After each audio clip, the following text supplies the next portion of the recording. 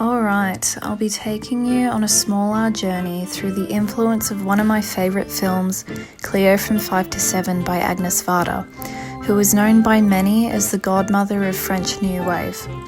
Cleo from 5 to 7, released in 1962, was Varda's second feature film. It was filmed across a 5-week period following heroine Cleo around Paris while she awaits the results of a medical examination. In 2017, Mark St. Cyr stated in an article that it is a revealing and honest study of female identity and the ways it is scrutinised and distorted in the public's relentless gaze. Not only is it considered a key feminist cinematic text, but the opening overhead shots known as the God's Eye with the tarot cards were used long before Wes Anderson and Scorsese adopted the technique as their own. In the Notebook primer on Mubi, Kate Sachs wrote in 2020 that Varda intertwines feminism and existentialism to examine not just what it means to be a person, but what it specifically means to be a woman, this woman. While I'd love to talk about Agnes for hours, I'm also here to talk about the Academic Integrity Awareness Micro-Credential. What a mouthful.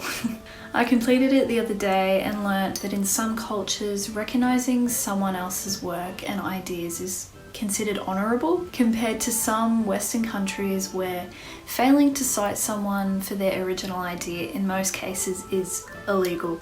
You can even put yourself in a bit of a pickle by failing to cite yourself. So if you want to use ideas in an assignment that you'd used previously, it's still important to cite yourself to avoid any confusion. Speaking of getting yourself in a quarrel, how do we all feel about cancel culture on YouTube?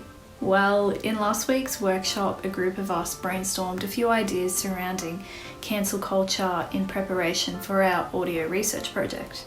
And something that fascinated me the most was the nature of parasocial relationships and how they can come into play when a well-known YouTuber is cancelled because their audience feels as though they're owed an apology. In most cases, YouTubers do follow through with apology videos, but whether or not they're sincere is a whole other conversation.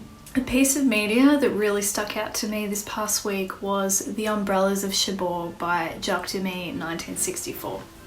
Demy was actually Agnes Varda's partner, who I spoke about earlier, and they influenced each other deeply as filmmakers. They shared collaborators on their films like Michel Legrand, who composed the score for the film. I'm not usually a huge fan of integrated musicals, but the musical numbers were so refreshing and the use of Technicolor worked perfectly for the colour palette of the film.